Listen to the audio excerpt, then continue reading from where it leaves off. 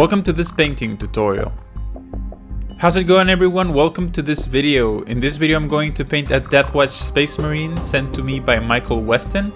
This is a combination, I think, between painting black armor, painting grey knight armor, a specific chapter shoulder pad, and some minor details. So it's pretty straightforward. For different chapters I would recommend following the recipes for those chapters and applying them to the model as well. I could have done some flames to make him look more like a salamander, but for time restraints I decided not to, but you can see how I do them in the most recent salamanders video. I started by priming the model in black. For that I used Vallejo Surface Primer Black through an airbrush. You can do it by hand as well, and I'm going to use this same color to clean up if I mess up later on. If you're going to use a different black, I recommend to be consistent and use the same black to clean up if you do any mistakes. I'm going to start by base coating the places that I want to be silver with Leadbelcher.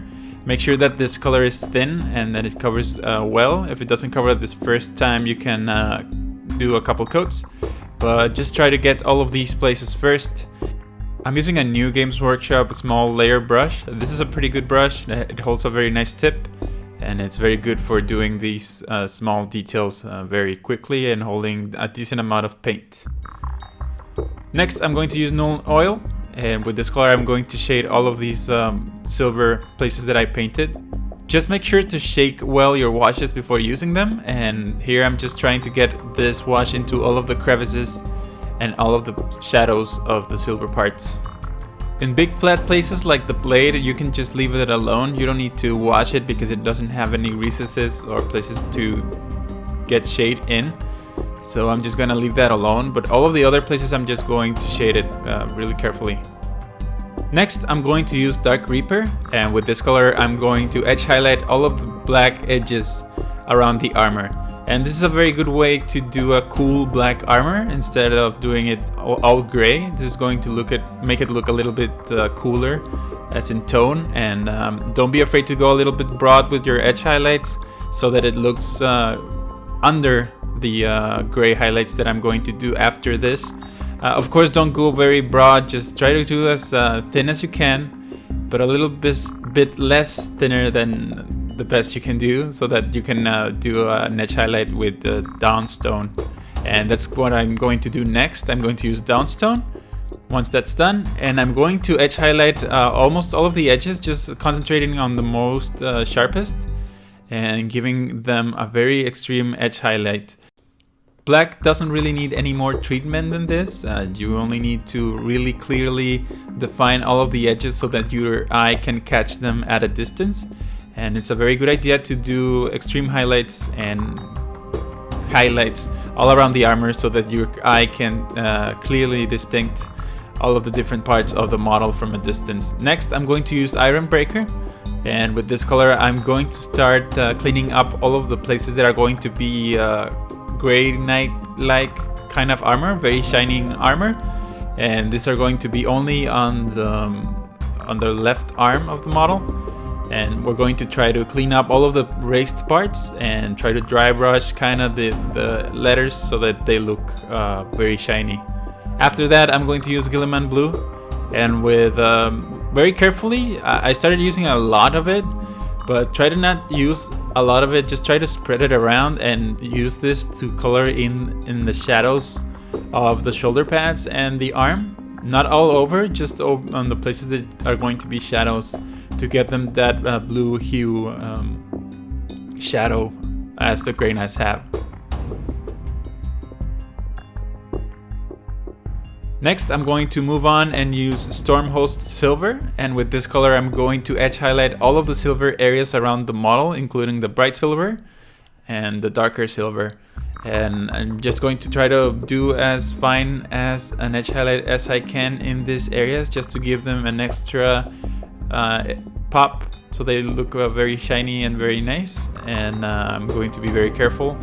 And I'm going to just dry brush the very top part of the shoulder pad where the lettering is showing up, so that it catches on the raised edges. Next I'm going to use Rhinox hide, and with this color I'm going to paint all of the places that are going to be leather, including the grip of the sword, all of the belts, and all of the pouches around the model. And this is a very straightforward kind of step. I'm just trying to use a small detail brush to be very precise and to paint these areas carefully. Next, I'm going to use Scrag Brown, and with this color I'm going to give the first highlight to all of the leather parts around the armor. And this is very straightforward. Do as fine as an edge highlight as you can with a small detail brush, and try to hit all of the edges around the model with this color. This is going to make this a very dark brown look, a little bit more contrasting against the black armor. After that, I'm going to give it an extreme highlight with Balor Brown, and this is a very yellowy brown, but it looks very good at as an extreme edge highlight on browns like this. So I'm just going to use this and give it a little edge highlight on the edges, on the very sharpest edges of the brown, as you see me do it right now. Once that's done, I'm going to use Waagh Flesh. And this is because this is a salamander. Depending on the model that you're doing, you want to use different colors for the shoulder pads. And for salamanders, we need green on the edges and leave the shoulder pad black, because salamanders have black shoulder pads.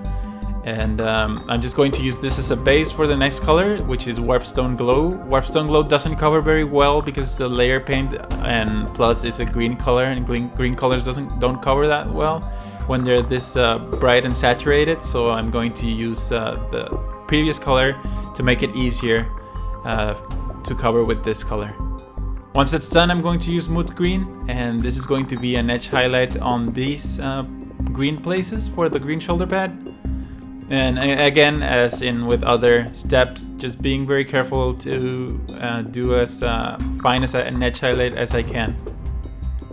I almost always recommend to use some drying retarders for edge highlighting. They help a lot. They keep the paint wet for longer so that you can use them and edge highlight for a longer time. So you can do that if you want. Here I'm using Celestra Gray to base coat the white of the symbol of the salamanders. This is a very straightforward step, followed by Ulthuan Gray, which is going to be the main color of the white. As with the previous step, the Celestra Gray was only a base coat to make it easier for the Ulthuan Gray to cover. So feel free to paint the whole thing with Ulthuan Gray at this step as well. Once that's done, I'm going to use pure white. I'm going to use model color white. You can use any white color that you want. I just have this at hand, and I'm going to edge highlight the white symbol of the salamanders on this model. Once that's done, I'm going to move on to Khorne Red. And with this color, I'm just basically going to paint the bolter case and all of the symbols if you want to paint any freehand stuff on these Deathwatch models. For this one, I only did one stripe on the knee pad, and I also base coated all of the lenses on the helmet and in the little lenses on the bolter, and on the little scanner on the top of the backpack. With Mephiston Red, I base coated only the purity seals around the model. You could use the same Khorne Red if you want. They're not going to look that different at the end, so it's alright if you want to use the same color on both. But just to make it a little bit different, I've used Mephiston Red instead. Once that's done, I'm going to move on to Zandri Dust, and with this color I'm going to base coat the purity seals, the paper this time. The last time was the wax, and I'm just going to base coat these areas with this color. So as I always recommend, thin down your paints, because thick paint doesn't look that great. Next, I'm going to use Agrax Earthshade, and I'm going to shade all of these new areas that I painted. I'm going to shade only the recesses on the case, bolter case, because I don't want to repaint it with Khorne Red. But the purity seal and the lenses, you can just shade them completely. This is really going to help the lenses especially look very dark, and make them, the highlights that we're gonna do, look a little bit more brighter against the very dark red. Next, I'm going to use Evil Sunz Scarlet, and I'm going to start edge highlighting the bolter case. And on the lenses, I'm going to color the bottom part on the round ones, and the very front part, like half of the lens from the front to the back on the normal eye of the Space Marines, and also I'm going to edge highlight the purity seals. Next, I'm going to use Fire Dragon Bright, and with this color I'm going to give an extreme highlight to these places. On the very bottom part of the lens on the front of the face and the normal lens, I'm just going to put a little dot on the very front part of the lens, and all of the other parts I'm just going to give them an edge highlight on the very sharpest places. And to finish the lenses, I'm going to use a little dot of white to simulate like a reflection of light, and this is going to be painted on the very top part of all of the lenses, like this. And that's it. With this, we're done with the reds. I'm going to move on to paint the Purity Seals paper with Ushabti Bone. And with this color, I'm just going to color in the raised parts of the paper, leaving a little bit of the older color behind, the Zandri dust with Agrax Earthshade, and leave them on the recesses.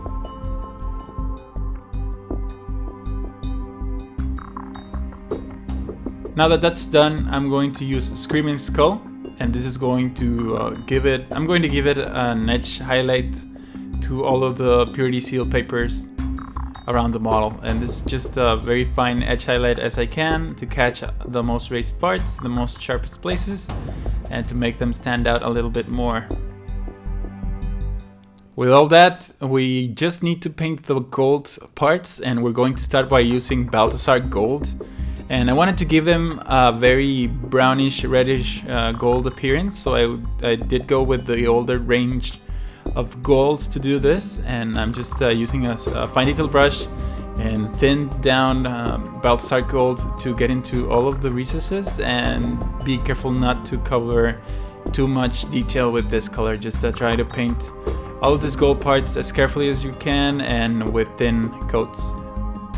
Next, I'm going to use Reikland Flesh Shade to give them this reddish tint, and I'm going to shade all of these places really carefully, not to get too much or at all into all of the other spaces. If you get a little bit on the edges, it's okay, it looks fine, but be very careful not to get into other parts.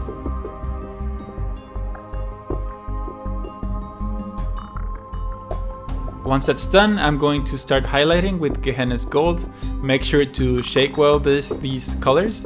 These colors I needed to shake very vigorously because they were old. It's been a while since I used them in a tutorial, and I haven't used them on my miniatures as well. So to make sure to shake them well because they separate a lot. And this color I'm using it on all of the raised parts, leaving a little bit of the older color on the recesses.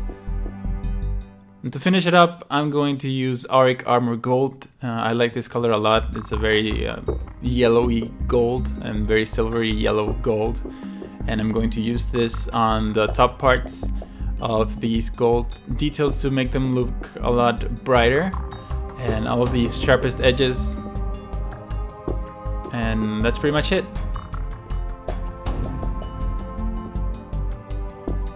And this is the finished model.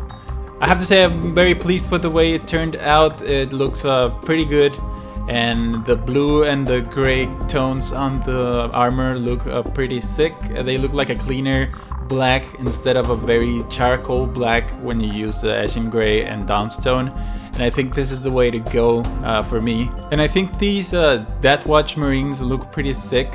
And it's a very good opportunity to paint different chapters, even if it's just a shoulder pad, and have a little bit of fun and changing things around. It's always fun, and use bits that are from other Space Marines. So I think this is a very cool chapter to start. And the black is not that hard. It's only 3 steps, like color black, then edge highlight with blue, edge highlight with Dawnstone, and that's it. So that's it. I really hope you enjoyed this video. I really enjoyed painting this model, and if you did, please like, comment, and subscribe to the channel to help me out. I hope this video was informative and helpful to you, and I hope to see you on the next video. Thank you very much for watching.